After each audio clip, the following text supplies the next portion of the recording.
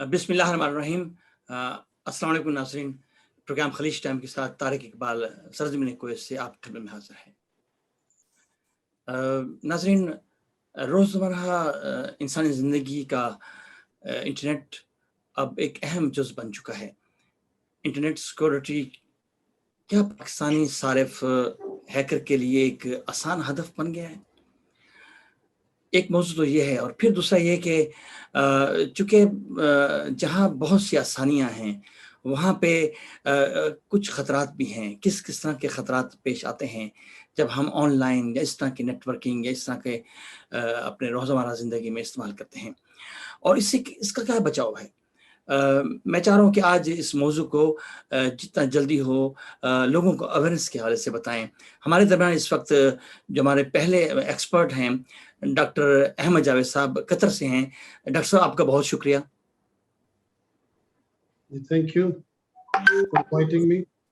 और उसके अलावा हमारे दरमियान सीनियर स्टाफ भी हैं जो मल्टी डायरेक्शन पे काम करते हैं, ये भी सऊदी अरब में होते हैं। जनाब ज़ाहिद शरीफ साहब, सर आपका बहुत बहुत शुक्रिया, आपने हमें ज्वाइन किया। जी, आपका बहुत शुक्रिया कि आप आज मुझे आपने अपने प्रोग्राम में इनवाइट किया। नाज़रीन, मैं आज प्रोग्राम के लिए आ रहा था, तो मेरे ज़हन में कुछ सवालात भी थे, कुछ ऐसी चीज़ें भी थीं कि इसके साथ मुझे कुछ सलीम जावेद साहब के अशआर याद आ गए, वो आपकी नज़र करना चाहता हूँ। वो जो हैं खुशियों के हवाले से हैं, कुछ खरीद और फ़रोख्त के हवाले से हैं। वो क्या है, ज़रा कुछ आप सुनिए। मुस्कुराहट उधार देना ज़रा, कुछ सितारे खरीदने हैं मुझे, एक आँसू का मोल क्या लोगे, आज सारे खरीदने हैं मुझे। बोल तितली के दाम कितने हैं, रंग प्यारे खरीदने हैं मुझे। मैं समंदर खरीद बैठा हूँ, मैं समंदर खरीद बैठा हूँ, अब किनारे खरीदने हैं मुझे। तो ये एक बस मेरे ज़हन में आया था, तो मैंने कहा चलें सलीम जावेद साहब के खूबसूरत अशआर हैं, आपकी नज़र करूँगा। नाज़रीन, आज हमारा मौज़ू कुछ डिफरेंट इसलिए है कि आए दिन हम देख रहे हैं कि आज नहीं बल्कि अरसे दराज से हमारे मुल्क में जो है वो इस तरह के साइबर क्राइम हो रहे हैं, सिक्योरिटी के हवाले से कुछ अच्छी चीज़ें हो रही हैं। ये ज़रूर है कि आज के दौर में इंटरनेट जो है एक अहम जुज़ बन गया है। उसका इस्तेमाल किस तरह होना चाहिए, और फिर दूसरा ये कि चूँकि हम खरीद-फ़रोख्त भी आजकल ऑनलाइन भी कर रहे हैं, मार्केट में से जाके भी हम अपने कीनेट्स या नेट के हवाले से हम खरीद-फ़रोख्त करते हैं।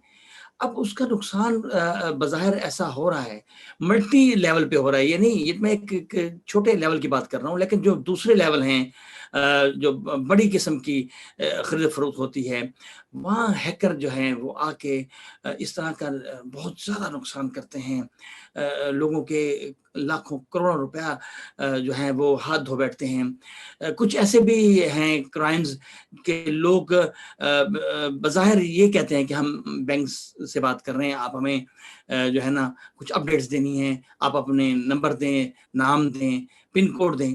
तो सीधे-साधे लोग जो होते हैं वो तो बहरहाल इन चक्करों में पड़ जाते हैं और वो उनको नुकसान होता है और उसका कोई अज़ाला भी नहीं हो सकता। क्योंकि उसका सही आज तक तोड़ नहीं हो सका। वो किस तरह होगा, वो आज हम कोशिश करेंगे, क्योंकि डॉक्टर उमर जावेद साहब जो हैं वो इसी शोबे से हैं। डॉक्टर उमर जावेद साहब, आपका बहुत शुक्रिया, आपने हमें टाइम दिया।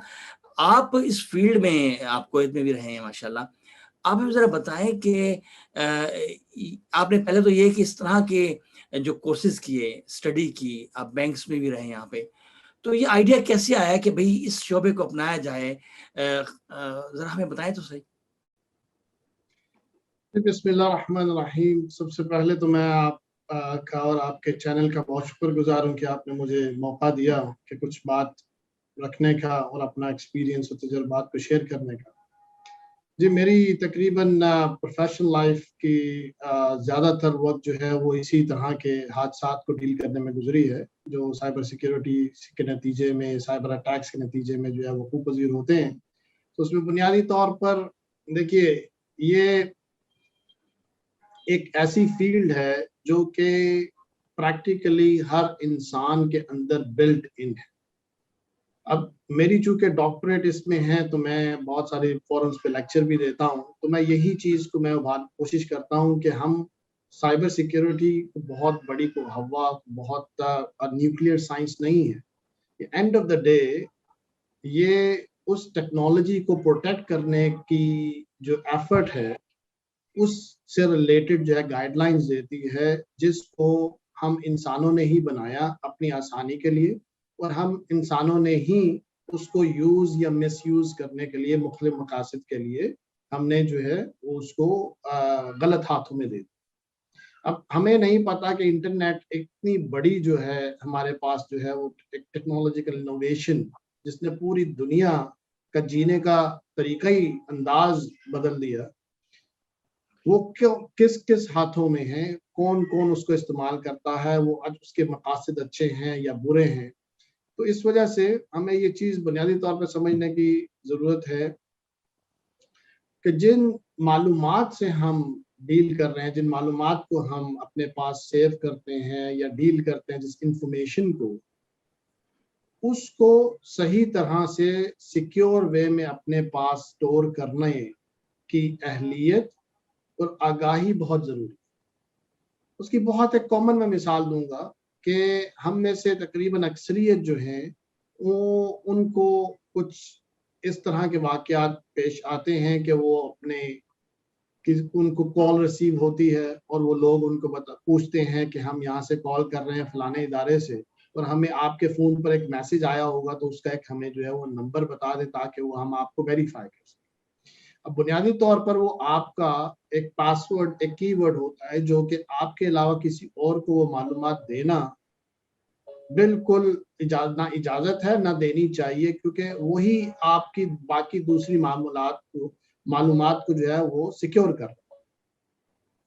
तो यही वजह है कि वो जो OTP रिसीव होता है तो वो दे बैठने की वजह से बहुत लोग जो हैं वो हाथ धो बैठते हैं।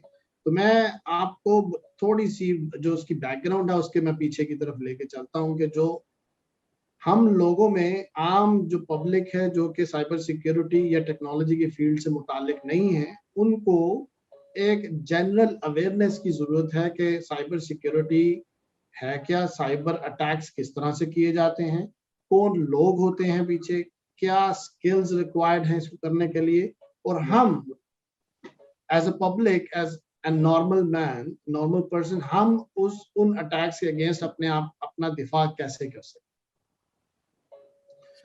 तो सबसे पहले तो हमें ये समझ लेना चाहिए कि जो भी हम मालूमात से हम जो डील करते हैं, चाहे वो हमारे बैंक अकाउंट है या हमारी पर्सनली आइडेंटिफाइबल इंफॉर्मेशन है, जिसमें हमारा नाम है, हमारा एड्रेस है, हमारा ATM कार्ड नंबर है, हमारा मोबाइल नंबर है, ये बराए करम आप किसी से गैर मुताल्लिका लोगों के साथ ये मालूमात शेयर ना कीजिए।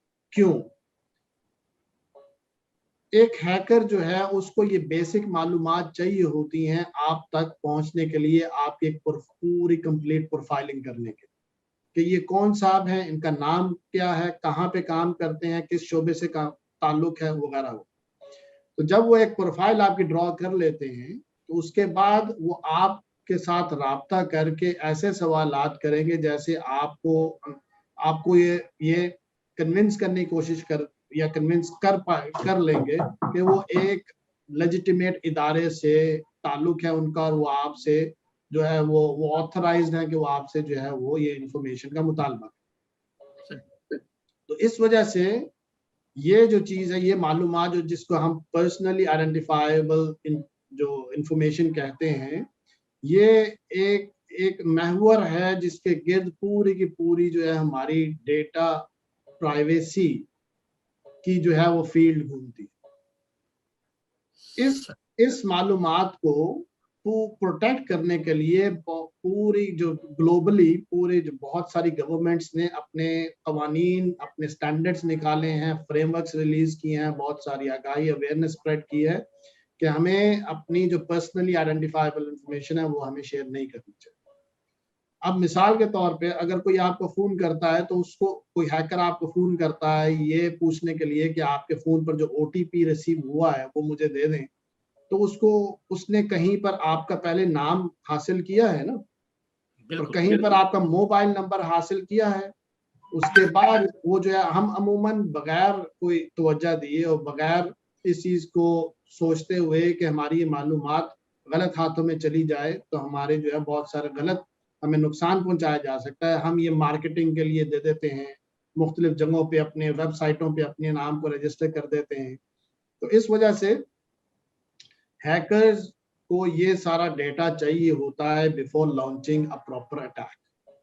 अब अमूमन होता क्या है कि एक ये बहुत फेमस टेक्निक है साइबर सिक्योरिटी में कि एक जो कि किसी की नफ्सियात के साथ खेल के उससे जो है वो मालूमात निकलवाना, जिसको कहते हैं सोशल इंजीनियरिंग।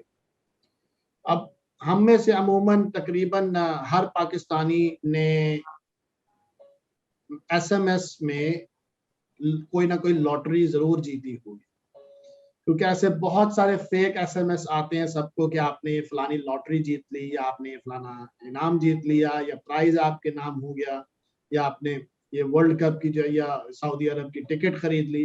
तो ये सारे मामला जो हैं ये आपको उस तक घेर के लाने के लिए जो है या आपको जो एक विक्टिम को वो पूरा उस घेराव तक या उस पॉइंट तक लाने के लिए जहां पर वो आपकी मजीद मालूमात लेकर आपके अकाउंट, फाइनेंशियल अकाउंट में या मजीद किसी और चीज पर एक्सेस हासिल कर सकते। तो इसको सोशल इंजीनियरिंग की टेक्निक्स कहा जाता है। ये बहुत बड़ा एरिया है जिसकी एक बहुत ही कॉमन टेक्निक है जिसको फिशिंग कहते हैं। तो वो आपको ईमेल की शक्ल में भी आपको ऐसे ईमेल भेजेंगे जिसमें जो ऐसा लिंक होगा जो कि उनके सर्वर को पॉइंट करता होगा, वो आपको वहां पर ले जाकर आपका मोबाइल या कंप्यूटर को हैक कर लेंगे। इसकी दूसरी ब्रांच है जिसको स्मिशिंग कहते हैं, जो कि एसएमएस की शक्ल में होती है। इसकी तीसरी ब्रांच है जिसको विशिंग कहते हैं, जो कि वॉइस कॉल की शक्ल में होती है। तो मेरा ख्याल है कि ये एक बुनियादी तौर पर ये वो टेक्निक्स हैं जो कि हमारे माशरे में अपनाई जाती हैं। और कोई ऐसे इदारे से कि जी मैं कॉल आती है कि जी मैं एफबीआर से कॉल कर रहा हूँ और आपके जो है टैक्स जो है वो रिटर्न्स जो हैं वो आपने सबमिट नहीं करवाए और टोकन्स जो है आपको वो अपडेट करने हैं, तो आप अपना मुझे जो है वो CNIC नंबर दीजिए पहले वेरीफाई करने के। तो हमें कोई भी ऐसी कॉल गैर मुताल्लिका जो आती है या ऐसी गैर मुताल्लिका सोर्स से जो ईमेल आती है, हमें उसको वेरीफाई करना चाहिए। तो उसकी मुख्तलिफ गाइडलाइंस हैं, टेक्निक्स हैं जिसकी बिना पर हम उसको वेरीफाई कर सकते हैं। उसको आगे प्रोग्राम के अगले हिस्सों में मैं इंशाल्लाह तफसील से। सही बात है। अच्छा, अब जावेद साहब, ये तो आपने बातें की ना, कुछ टेलीफोन लाइन के ज़रिए इस तरह से लोग मालूमात इकट्ठी करते हैं। अब सवाल ये आता है कि एक आदमी जो है वो, आपको पता है आज का जो दौर है वो लोगों के पास जो नोट्स वगैरह, लोग इन्हें पैसे नहीं रखते जेब में, नॉर्मली कार्ड्स वगैरह यूज़ होते हैं। अब वो लोग जो बेचारे इस चीज़ को फ़ायदा उठाते हैं कि चले कम से कम हमें आसानी तो होती है, हम कुवैत में हैं, हमें इतने प्रॉब्लम नहीं है। मतलब बहुत ही कम ऐसे केसेस होंगे कि आपने अगर कीनेट यूज़ किया है या जिस तरह भी यूज़ किया, शॉपिंग की है, तो वो प्रॉब्लम नहीं होते। लेकिन हमारे पाकिस्तान में क्या सिस्टम होता है कि एक आदमी ने शॉपिंग की है, सारा कुछ किया, पता लगा जी कुछ ही लम्हे बाद, कुछ ही देर बाद उनके वहाँ से कोई 1 या 2 ट्रांज़ैक्शन हो गई, पेमेंट निकल गई। तो मतलब ये क्या वजह होती होगी कि आप अपने कार्ड को यूज़ कर रहे हैं, शॉपिंग मॉल में हैं और आपकी पेमेंट्स वगैरह निकल रही हैं। ये क्या मतलब टेक्नोलॉजी है, ये हैकर्स किस तरह इसको हैक करते हैं?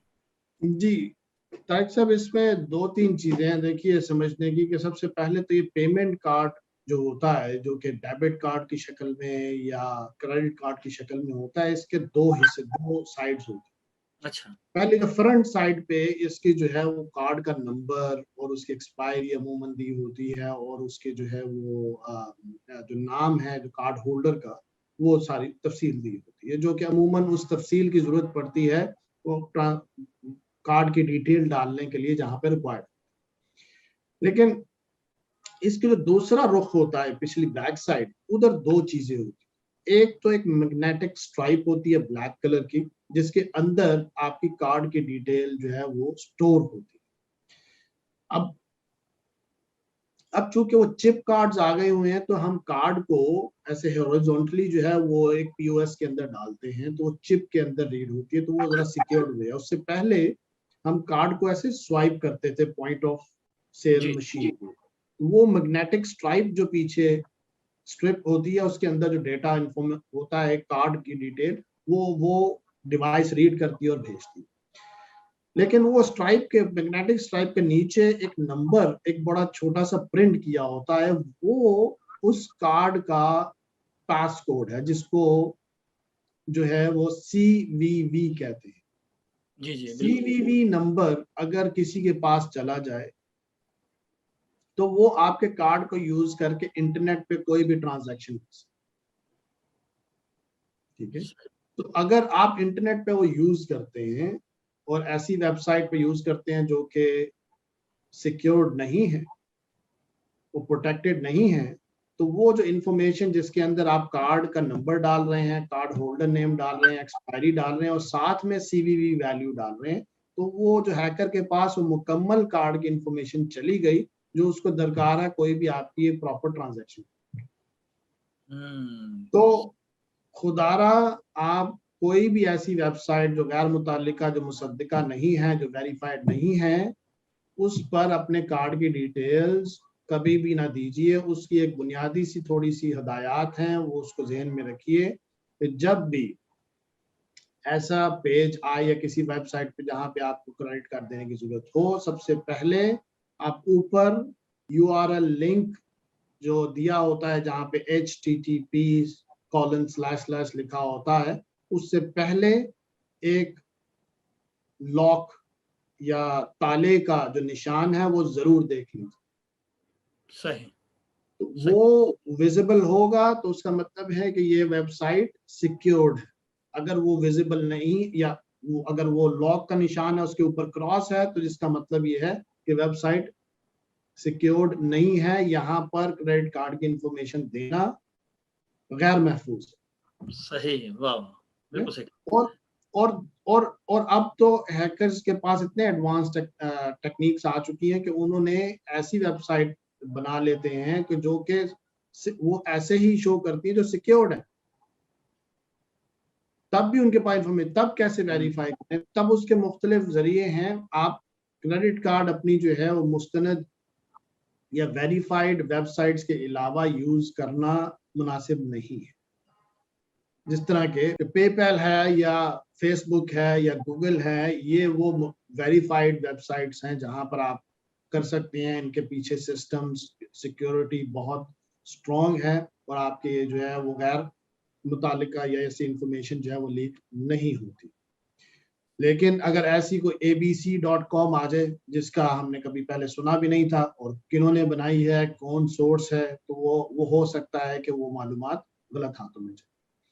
अब एक और चीज मैं आपको बताता चलूं, जी। हमारे जो सामीन के लिए बहुत अहम है जानने के लिए, वो ये कि मैंने अर्ज किया कि वो जो क्रेडिट कार्ड या डेबिट कार्ड है उसकी एक मैग्नेटिक स्ट्राइप होती है जिसके अंदर कार्ड की डिटेल्स सेव होती हैं। जब आप स्वाइप करते हैं वो मशीन के ऊपर, तो वो एक और ये हैकर्स जो है एक और टेक्निक लगाते हैं जिसको एक और डिवाइस जो है अपनी ATM कार्ड के अंदर चिस्पा कर देते हैं, ATM का मशीन के ऊपर जहाँ पे कार्ड को डाला जाता है, या उसके एक फेक डिवाइस जो है वो अपने जो कैशियर आमतौर पर ये मॉल्स के, उनसे आप बहुत होशियार रहिए। वो अपने टेबल के नीचे एक छोटी सी डिवाइस है जिसको स्किमर कहा जाता है, वो लगा लेते हैं और आपकी नजर चुरा के वो आपके कार्ड को जो है वो स्किम कर लेते हैं, मीन वो स्वाइप कर लेते हैं। जो आपके कार्ड की जो इंफॉर्मेशन है वो उनके पास स्टोर हो जाती है। वो इंफॉर्मेशन लेके आपका एक डमी कार्ड, आपके कार्ड की एक डुप्लीकेट कॉपी तैयार कर सकते हैं। तो ये एक दूसरा एक जो है तरीका है ये फाइनेंशियल ट्रांजैक्शन के फ्रॉड का। तो इससे भी जो है वो होशियार रहना चाहिए कि जब भी आप अपना क्रेडिट कार्ड या डेबिट कार्ड किसी भी कैशियर को आप हवाले करें, तो आप मुकम्मल उस पर नजर रखें कि वो क्या कर रहा है और कोई टेबल के नीचे लेके जाके घुमा फिरा तो नहीं रहा, या फिर उसके ऊपर। अमूमन एक और भी हमारे पास केस आया ऐसा कि वो कैशियर ने अपने सर के ऊपर जो है, और ये जो सिक्योरिटी वाले जो होते हैं उन्होंने वो कैशियर के सर के ऊपर कैमरा लगाया हुआ, जी बिल्कुल। वो कैमरा जो ऊपर लगा होता है, तो वो जब कैशियर कार्ड घुमा फिरा रहा होता है तो उसकी ऊपर और नीचे की इंफॉर्मेशन जो तफसील है ऊपर रिकॉर्ड हो जाती है कैमरे, और बाद में वो तफसील लेकर वो आपके जो है कार्ड की डिटेल को यूज करके इंटरनेट पे इस्तेमाल कर सकते। तो इस तरह के जो तरीके हैं, इस तरह की टेक्निक्स हैं, उनकी अगर अवेयरनेस हो तो हम उससे काफी बेहतर तौर पे बच सकते हैं, और ये मालूमात अगर हम यू नो एक खैर के जज्बे से अगर फैलाएं तो काफी दुनिया इससे बच सकती है इस तरह के फ्रॉड से। सही बात है। डॉक्टर साहब आप हमारे साथ रहिए और अब हम बात करेंगे हमारे ज़ाहिद शरीफ साहब से। ये सऊदी अरब में मुकीम हैं और पाकिस्तान भी आते-जाते रहते हैं। एक जर्नलिस्ट हैं और विक्टिम भी हुए हैं। तो मैंने कहा था कि उनको देख के ही मैंने कहा था कि इस प्रोग्राम को ना ज़रा लोगों को अवेयरनेस के हवाले से बातचीत करें। ज़ाहिद शरीफ साहब आप इतने समझदार और फिर आप भी माशाल्लाह हो गए। क्या कहीं गलती की आपने, लगता है कोई आपको महसूस हो रहा है कि कहीं मिस्टेक हुई है? बिस्मिल्लाहिर्रहमानिर्रहीम। सबसे पहले तो तारिक साहब आपका शुक्रिया कि आपने आज मुझे प्रोग्राम में इनवाइट किया और मैं लोगों को बता सकूं कि किस तरह मेरे अकाउंट से जो है वो शॉपिंग हुई है। तो सबसे पहले जितनी अभी हमारे डॉक्टर साहब ने जो बताई हैं टिप्स, इन सब टिप्स से हट के ये मेरे साथ जो हुआ है वो कुछ इस तरह हुआ है कि मैं ऑफिस से आ रहा था, तो मैंने जो ही घर पहुंचा हूं तो मैंने 3 मैसेज, फर्स्ट मैसेज देखा debit I think 300 rupees, then again 600 rupees, sorry 16,900। तो 60 मैंने फौरी तौर पे जो है वो कॉल मिलाई। उस कॉल मिलान जो हमारे निजी बैंक था उसके नंबर्स पे मैंने फौरी कॉल की है। उस दौरान में उसने फिर 600 की और जो है वो शॉपिंग कर ली है। तो मैंने उसको कहा, उसने कहा जी आपने परचेजिंग किया। मैंने कहा सबसे पहले फौरी तौर पे मेरे अकाउंट को बंद करो, डेबिट कार्ड अकाउंट्स हर चीज को लॉक करो। कंप्लेंट्स मैंने लॉन्च कराई। ये सबसे जो मैं कहता हूँ कि खतरनाक चीज ये है कि ना तो मुझसे किसी ने कोई पासवर्ड कोई कोड मांगा, ना ही कोई मुझसे किसी ने कोई मैसेज कोई आया कि इसका रिप्लाई दें। डायरेक्ट मेरे अकाउंट से जो है ये पैसे डेबिट हुए हैं। ऑनलाइन परचेजिंग की है, कुछ गेम्स वगैरह खरीदी गई थी। मैंने खैर उनको कहा, बैंक जो थे उनको, जो भी हमारा उनका प्रोसीजर था, मैंने वो उनको कहा कि आप अडॉप्ट करें फौरी तौर पे और सबसे पहले मेरे अकाउंट्स को ब्लॉक करें। सुबह फिर मैं मैनेजर जो थे उस बैंक के, उस ब्रांच के जहां मेरा अकाउंट था, वहां मैं गया। तो मैंने उनको कहा कि ये कैसे, उन्होंने कहा जी आपने कभी मैंने कहा मैंने आज तक कभी अपना डेबिट कार्ड किसी के साथ शेयर ही नहीं किया और ऑनलाइन मैंने शॉपिंग आज तक नहीं की। ये भी मेरा प्लस पॉइंट था। और दूसरा ये कि अल्हम्दुलिल्लाह आपको पता है एज ए सहाफी हम देखते रहते हैं कि अक्सर हमारे पास ऐसे केसेस आते हैं, जैसे जी अभी रिसेंटली ये हो रहा है, चूंकि डॉक्टर साहब ने वो ऐड नहीं किया, मैं ऐड कर देता हूँ कि वो कहते हैं जी आपको वैक्सीनेशन लग गई है तो आपको एक 4 हिस्सों वाला कोड आता है, वो आपने हमें बताना है ताकि आपका डाटा अपडेट करें। तो इस तरह से भी जो है वैक्सीन, चूंकि लोग अब कह रहे हैं जी वैक्सीन तो लग रही है, अब ये उस वैक्सीन के अंदर भी जो है ये इस किस्म का फ्रॉड हो रहा है। और फिर मैं बैंक मैनेजर से जब ये सारी बात मेरी हो गई तो मैंने उसको कहा कि ये कैसे पॉसिबल है। सेम टाइम वहां पे जो एरिया का जोन, पूरे जोन का जो इंचार्ज था वो भी वहां था, तो उसने भी देखा कि भाई ये किस तरीके से ऐसा हो गया।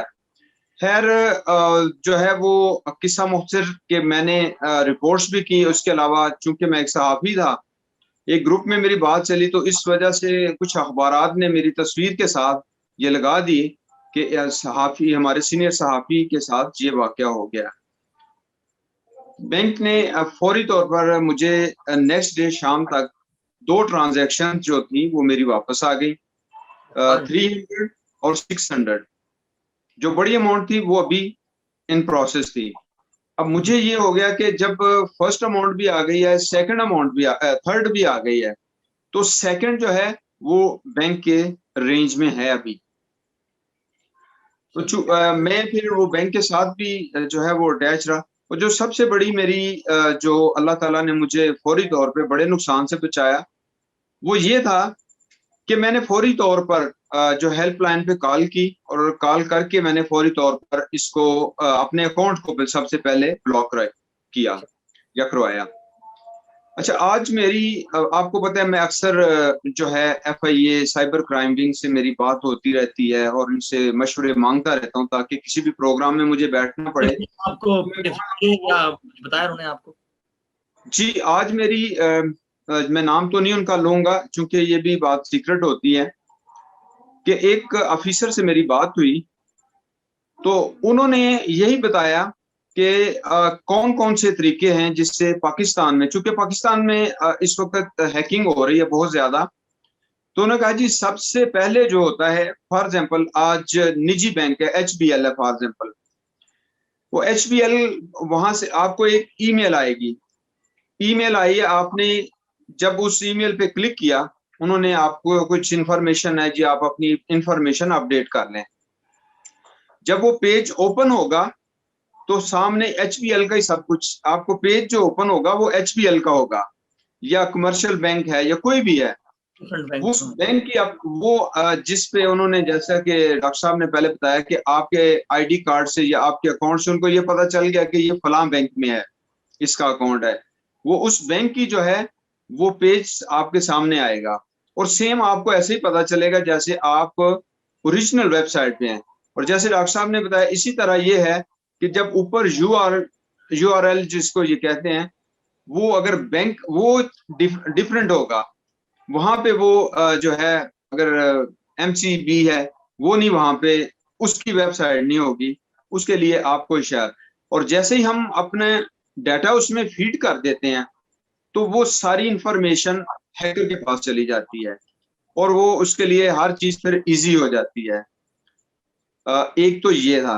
दूसरा ये होता है कि ऑनलाइन हम परचेजिंग करते हैं आमतौर पे, तो एक जैसे वो डॉक्टर साहब ने चूंकि ऐड नहीं किया, वो चीजें मैं ऐड कर दूं कि शोल्डर सर्फिस उसको एक कहते हैं, कि आप कहीं पे काम कर रहे हैं, एयरपोर्ट पे बैठे हैं या कहीं बाज़-औक़ात हम सफर में भी अपना लैपटॉप यूज कर रहे होते हैं, तो कुछ लोग आपको बिल्कुल आपके शोल्डर पे खड़े होके, वो इतनी महारत होती है उनको कि वो आपका पासवर्ड और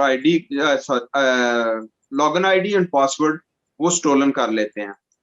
चूंकि आपको पता है आजकल जो है इंटरनेट का ये मोबाइल जो है सारे कैमरे वाले हैं, तो आपके ऊपर बंदा खड़ा हो गया और वो समझ रहे हैं वो बात कर रहा है, वो एक्चुअल आपकी रिकॉर्डिंग कर रहा होता है, वो आपकी लॉगिन ID और पासवर्ड उसके पास आ जाएगा। तो इस तरीके से भी जो है ये भी हो रहा है, यानी ये हमारी बैंक से कोई चीज आपकी। इसके बाद मेरी उनसे बात हुई, चूंकि पाकिस्तान में आपको पता है फेसबुक IDs हैक हो रही हैं रिसेंटली, और इस तरह भी होता है जैसे कि मैंने आपके साथ शेयर की थी कि आपकी फेसबुक ID से मिलती जुलती आपके किसी फ्रेंड की ID बनाई जाएगी, या उस फ्रेंड की ID को जो है वो हैक किया जाएगा। हैक करने के बाद आपको एक मैसेज आया कि मैं क्या आपसे बात कर सकता हूँ, मुझे एक प्रॉब्लम है, मुझे इतने पैसे चाहिए, जैसा कि मैंने आपके साथ शेयर की थी। हाँ बिल्कुल। तो एक तो ये है कि वो उर्दू में मैसेज नहीं करेंगे, हम उर्दू में लिख देते हैं ना, वो उर्दू में नहीं, वो रोमन उर्दू यानी इंग्लिश के वर्ड उर्दू के लिए यूज कर रहे हैं। उसमें वो क्या है कि मुझे तो पता चल गया कि ये मेरे दोस्त हैं, मंजूर साहब हैं, उनको मैंने कहा फौरी तौर पे, मेरे दोस्त हैं उनसे मेरी बात हुई दूसरे से, मैंने कहा यार मंजूर साहब को तो पैसों की जरूरत नहीं है और वैसे भी उनके माशाल्लाह हर जगह अकाउंट्स हैं, तो ये क्या, तो उसने कहा जी उनकी ID हैक हो चुकी है। अच्छा, वो ID हैक करके फ्रेंड्स जो हैं उनको ही वो भेजेगा और वो देखेगा कि इसके ज्यादा इसका लाभ किसके साथ है, उन लोगों को वो मैसेज भेजेगा कि इस तरह मेरे वालिद साहब बीमार हैं तो मुझे इमरजेंसी जरूरत पड़ गई है 60-65 हजार रुपए की, तो मैं आपको ये नंबर भेज रहा हूँ, तो आप उस पे जो है वो पैसे भेज दें। ये है मुख्तलिफ तरीकों से लोगों के फेसबुक ID के जरिए भी पैसे मंगवाने का तरीका, जिसके लिए मेरा एक दोस्त है वो 60,000 दे चुका है, कि उसने कहा कि यार उसके वालिद साहब बीमार हैं, तो मैं फौरी तौर पे 60,000 उसने पाकिस्तान से दे दिया। अच्छा, अब नेक्स्ट आ रहा है कि फेसबुक आईडी को हैक करने के बाद आजकल जो हरासा किया जा रहा है, तो उस हवाले से मेरी बात उनके साथ हुई, क्योंकि ये केसेस पाकिस्तान में बहुत ज्यादा हैं कि मैंने हैकर ने आपकी आईडी हैक की, फिर उसने आपके दरमियान और दूसरों के दरमियान झगड़ा डालने के लिए आपकी तस्वीरें ली और उसको तस्वीरों को एडिट करके किसी और के साथ या किसी और की तस्वीरें उठा के एडिट करके अपनी फेसबुक उस आपके पेज से अपलोड कर दी। तो उससे क्या होता है कि लोगों में झगड़े फसाद शुरू हो जाते हैं, यहाँ तक कि कुछ खवातीन की तस्वीर ऐसी नाजेबा तस्वीरें बना दी जाती हैं कि बात तलाक तक पहुंच जाती है। तो आपके प्रोग्राम की वसासत से मैं हर भाई को ये पैगाम देता हूं कि किसी भी चीज को आप आजकल के दौर में किसी खातून की तस्वीर है उसको आप देखें एडिट हो गई है, सबसे पहले जो है वो आप अपनी जो है वाइफ है, हमशीरा है, उनसे आप सबसे पहले बात करें कि जो है आप ये नंबर है, इस पे ये कॉल आई है तुम्हारी या जो भी है, सबसे पहले आप अपने घर से जो है वो स्टार्ट करें उस चीज को, जो है सर्चिंग इन्वेस्टिगेशन वहां से स्टार्ट करें। उस इन्वेस्टिगेशन को वहीं पे खत्म नहीं करें, बल्कि फौरी तौर पर आप FIA साइबर क्राइम विंग जो है वहां पे भी शिकायत कर दें कि ये हो, क्योंकि हम लोग जज्बात में आके तो अपने खवातीन को जो है मारना शुरू कर दें या उनके साथ उन पे ब्लेम करना शुरू कर दें कि तुमने ये किया, ये है, वो फला है। नहीं, आप सबसे पहले जो है हमें इन्वेस्टिगेशन करनी चाहिए कि ये जो आइडिया इस पे एक औरत कैसे अपनी तस्वीरें रख सकती है। जैसा कि रिसेंटली एक वाकया मेरे सामने आया कि एक खातून है, उसके नाम की आईडी बनाई गई, उसकी तस्वीरें जो थी उसके रिलेटिव्स कह लें या जिस तरह भी जो भी कह लें, किसी उसके दोस्त है, किसी जराए से उसकी तस्वीरें लेके उन तस्वीरों को एडिट किया गया। अब फेस जो है वो उसका है और बॉडी जो है नीचे किसी और की, तो फिर उसको फेसबुक उसके नाम की बना के उस पर अपलोड कर दिया गया। खैर वो भी मतलब इस तरह के बहुत से वाकयात जो पाकिस्तान में हो रहे हैं। जाहिर साहब, आपने जो बातें की हैं बिल्कुल सही की हैं। नाज़रीन, यहाँ सूरत हाल ये है कि आज का जो जदीद दौर है और वहाँ सहूलियात आसानियाँ बहुत ज़्यादा हैं, लेकिन मसला अब ये है कि वो ऐसे लोग भी हैं, ऐसा ग्रोह भी है, ऐसे हैकर भी हैं जिनके पास सिवाय इन इंतशार पसंदी के और कुछ नहीं है, उनके पास टाइम ही टाइम है, वो इस मिशन पे लगे हुए हैं। डॉक्टर अहमद जावेद साहब, अभी जिस तरह की आपने देखा, ज़ाहिद साहब ने बात की, अब कहने का मतलब ये है कि कुछ हमें कॉल्स आती हैं, कुछ मिस कॉल्स भी हो जाती हैं। वो क्या होता है कि मतलब वो लोगों को ये ज़रा बताएँ कि कुछ ऐसी अननोन कॉल्स आती हैं मुख्तलिफ कंट्री से, क्या इससे भी कोई डाटा हैक हो सकता है? जी। जी, सबसे पहले तो देखिए यहाँ पे समझने की जो ज़रूरत है हमें वो ये देखिए कि जैसे मोहतरम जाहिद साहब ने बहुत तफसील से बहुत सारे वाक़यात ऐसे हमारे तजुर्बात के लिए, मुशाहिदे के लिए शेयर उनके गुज़रे हैं, वो शेयर किए हैं ताकि लोगों को पता चले, अवेयरनेस फैले कि ये इन बहुत सारे मामलात में जो 2 बुनियादी चीज़ें हैं वो कॉमन होती हैं।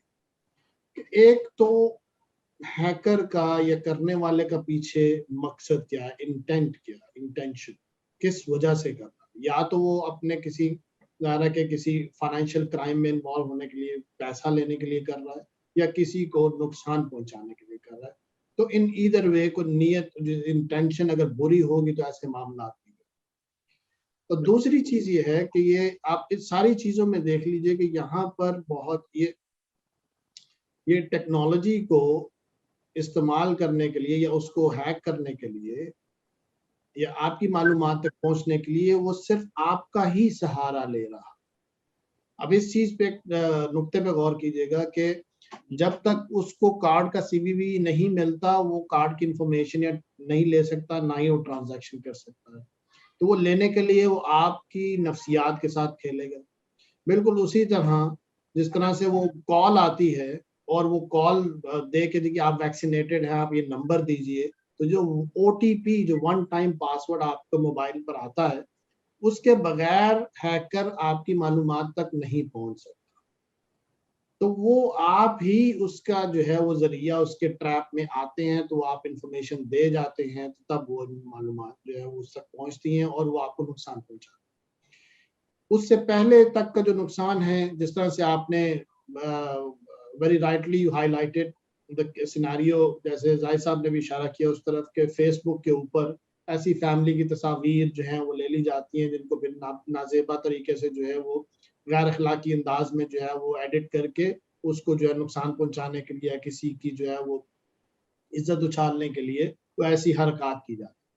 तो ये सारे वो मकासद हैं जो कि एक मनफी सोच के नतीजे में होते हैं। तो ये असरात जो है पूरे हमारे चूंकि माशरे में फैले हुए हैं, हसद की वजह से या दूसरे मामला वजूहात की वजह से, तो हमें बहुत ज़्यादा एहतियात के साथ जो है चलना चाहिए। मैं अपने लेक्चर्स में एक बात अपने स्टूडेंट्स को भी और बाकी सबको भी मैं ये ज़रूर बताता हूँ कि देखिए, जौन सी चीज़ हम इस्तेमाल कर रहे हैं, अगर हमें उसकी अफादियत और नुकसानात का सही तरह पता ना हो,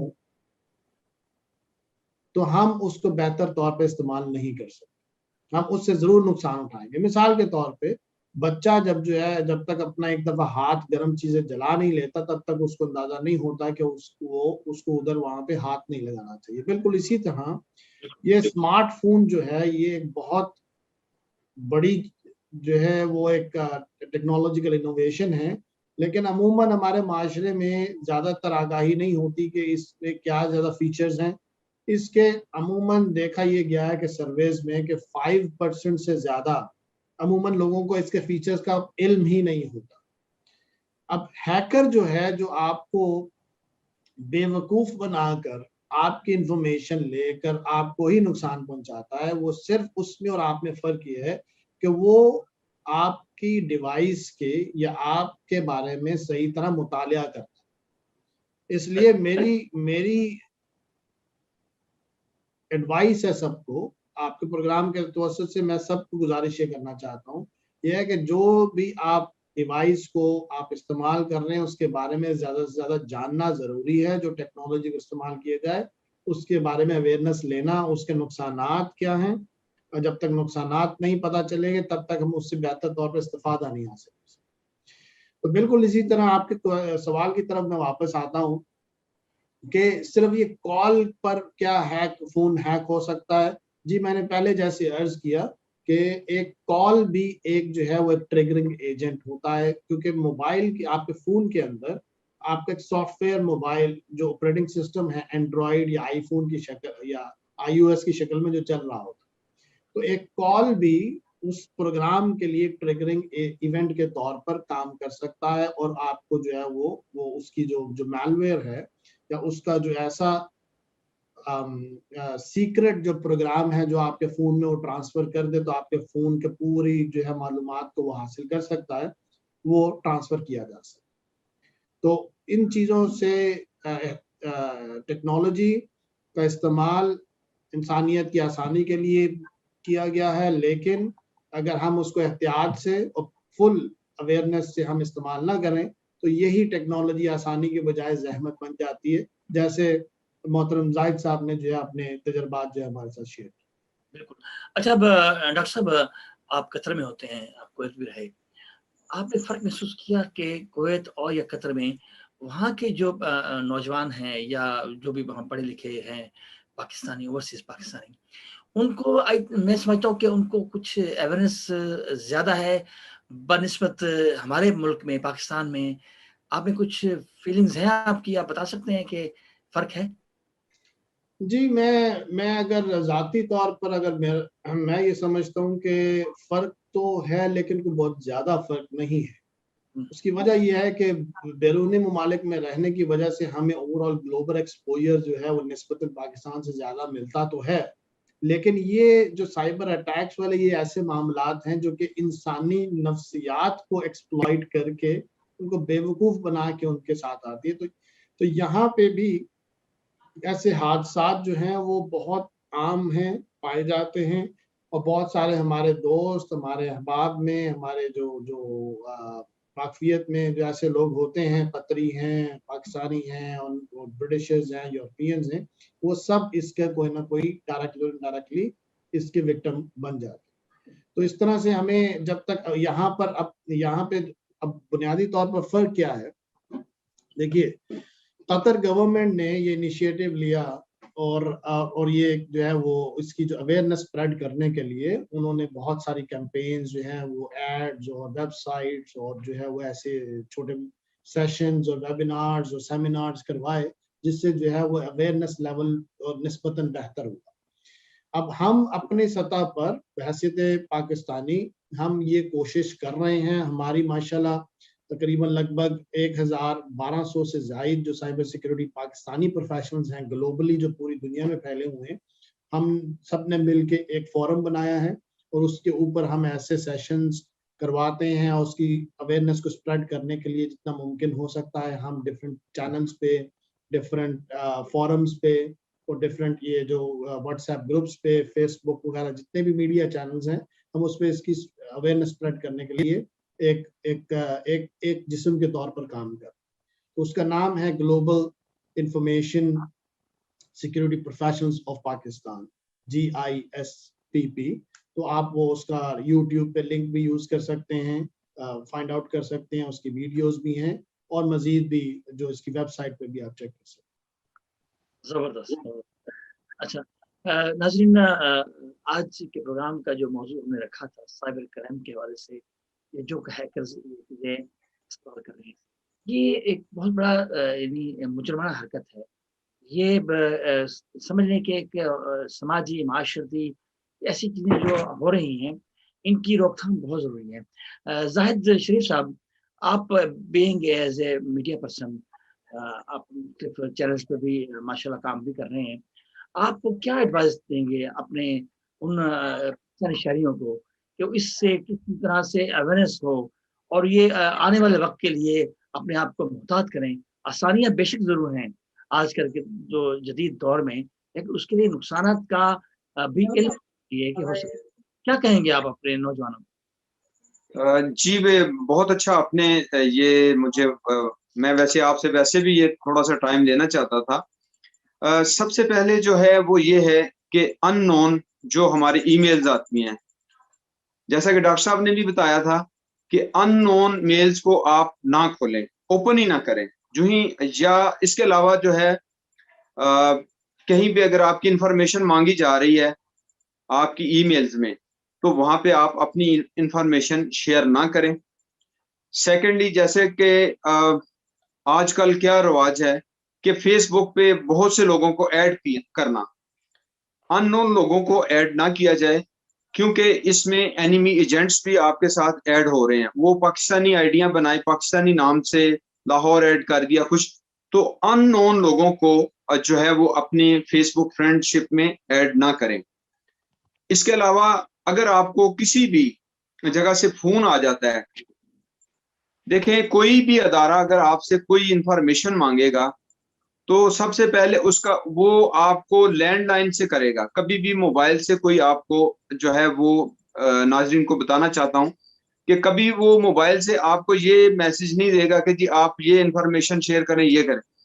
सही। अगर आपको कहीं किसी जी अगर कहीं से कोई कॉल भी आती है बैंक के हवाले से हो कि जी हम भला बैंक से बोल रहे हैं आपका, मुझे भी आई थी कॉल, क्योंकि मैं तो बहुत होशियार हो चुका हूँ अब तो मुझे उन्होंने कहा जी आपका ये सऊदी अरब में कि आपका कार्ड खत्म हो गया है, तो आपको हम ऑनलाइन जो है वो अपडेट कर देते हैं, आप अपना इकामा नंबर दें और ये। तो मैंने उसको कहा stupid, you don't know me, you can't play with me. तो वो समझ गया, क्योंकि एक तो ये है कि हम सऊदी अरब में बैठे हैं, वहां पे उर्दू लैंग्वेज तो कोई बोलेगा ही नहीं बैंक वाला, उसके पास दो ही ऑप्शन है, एक इंग्लिश है दूसरा अरबी है, वो दो में। तो यानी जब भी आप अपनी इंफॉर्मेशन, आपसे कोई इंफॉर्मेशन मांगे तो आप ये देखें कि भाई इसको क्यों मेरी इंफॉर्मेशन चाहिए। बैंक कभी आपकी इंफॉर्मेशन नहीं मांगेगा, इसलिए आपने जो एहतियात करनी है वो यही है कि अननोन लोगों को अपनी फ्रेंड लिस्ट में ऐड ना करें। आपको कोई मैसेज आ जाता है कि आप जो है ये मेरा फेसबुक पेज लाइक करें। आप जो जिनको आप नहीं जानते, अननोन पीपल जो हैं, उनकी फेसबुक पे भी आप किसी को लाइक ना करें, सॉरी पेज को लाइक ना करें, क्योंकि जब आप पेज को लाइक करते हैं उस तरीके से भी आपकी फेसबुक जो है वो हैक हो जाती है। और इसके अलावा जो जैसे मेरी बात हुई थी FIA के साइबर सिक्योरिटी विंग से, तो उन्होंने कहा कि जब आप अपना अकाउंट बनाते हैं फेसबुक का, तो आप पूरा उसको रीड करें, उसकी प्राइवेसीज में जाएं। आप वहां पे, मैं इंशाल्लाह नेक्स्ट किसी वक्त हुआ तो मैं वो पूरी डिटेल के साथ आपको बताऊंगा कि आपने प्राइवेसी में किसी चीज को वहां पे जो है किसी को अलाउ नहीं करना कि आपकी प्राइवेसी किसी दूसरे तक ट्रांसफर हो सके। तो ये चीजें हैं। और आईडी कार्ड जो है वो कहीं भी आप शेयर ना करें। इसके अलावा अगर आप आईडी कार्ड वैसे भी किसी जगह, आजकल चूंकि पाकिस्तान में बैंक में आईडी कार्ड मांगते हैं, आपने जो है अगर पेमेंट सबमिट करनी है या ड्रा करनी है, चेक हो आपके पास, उस सूरत में आपसे आईडी कार्ड मांगा जाता है, कॉपी। तो आप कॉपी को हमेशा क्रॉस करके ऊपर लिखें फॉर चेक डिपॉजिट ओनली और चेक कैश ओनली। तो ये चीजें हैं जिन पे बेसिकली हम जो है हमें पता होना चाहिए, हमारा अबूर होना चाहिए कि एक हैकर जो है उससे हम बचना है। तो कम से कम अपनी जो इंफॉर्मेशन है वो किसी के साथ शेयर ना करें, ना फेसबुक पे शेयर करें, ना ही किसी फोन पे आप, चूंकि आजकल आपको पता है हम व्हाट्सएप पे भी ग्रुप्स में ही, मुझे 2 दिन पहले की बात है, एक बंदे ने अपना ही अजीज था, उसने पासवर्ड शेयर कर दिया। तो मैंने फिर उसको कॉल करके पूछा कि ये क्या, तो उसने कहा सॉरी मैंने किसी और को भेजना था तो आपके पास आ गया। यानी आप व्हाट्सएप पे कोई भी चीज सेंड करने से पहले आप जिसको सेंड कर रहे हैं आप देखें कि वाकई मैंने उसको जो है टिक किया है। तो ये चीजें हैं जो कि हम अपने नाजरीन को जो है वो इस चीज की अवेयरनेस देना चाहते हैं। अननेसेसरी आप मैसेजेस ना व्हाट्सएप पे करें, और दूसरा यह है कि अननोन लोगों से आप बात ना करें, क्योंकि आपको पता है इस वक्त जो है हमारा हमसाया मुल्क हमारा दुश्मन है, अफगानिस्तान से भी वो ऑपरेट कर रहा है, इंडिया से भी वो कुछ वेबसाइट्स हैं वो ऑपरेट हो रही हैं। तो वो नाम मोहम्मद आजम रख लिया, लाहौर शो कर दिया, लेकिन एक्चुअल वो होता है जो है वो एनिमी एजेंट होता है, और वो हमारी सफ़ों के अंदर पहुंच के वो कोई मजहबी जंग शुरू कर सकता है, हमारी इकोनॉमी के बारे में कुछ जो है वो ऐसा होता है कि ग्रुप में झगड़ा कराने के लिए। सही बात है। ठीक है, आप सब दोस्तों का बहुत बहुत शुक्रिया। नाजरीन, जैसे डॉक्टर अहमद जावेद साहब ने बड़ी अच्छी बातें की, और जाहिद शरीफ इन्होंने भी कोशिश की है कि लोगों को अवेयरनेस दी जाए। नाजरीन, बेशक जब आप किसी चीज़ का इस्तेमाल करते हैं तो उसके लिए सबसे पहले आपको अवेयरनेस होनी चाहिए कि हमने उसको किस लेवल तक ले जाना है, समझना है। इसके अलावा भी मीडिया चैनल्स होते हैं पाकिस्तान में जो हैं, मुख्तलिफ चैनल्स हैं। मैं पिछले दिनों देख रहा था, वहाँ पे हमारे एंकर हैं, हमारे आर्टिस्ट हैं, वो भी एक मैसेज देने के सिलसिले में, लोगों को अवेयरनेस देने के लिए गाहे बगाहे कुछ ना कुछ बताते रहते हैं। इन चीज़ों को फॉलो करना चाहिए, और जब तक हम अपने आप को समझदार नहीं करेंगे उस वक्त तक हम इस तरह की गलतियाँ हमसे हो जाएंगी, और बहुत ज़्यादा नुकसानात होने का अंदेशा है। आप सब दोस्तों का बहुत शुक्रिया। इंशाल्लाह अगले हफ्ते एक नए सेगमेंट के साथ हाजिर होंगे। इजाज़त दीजिए। अल्लाह हाफ़िज़।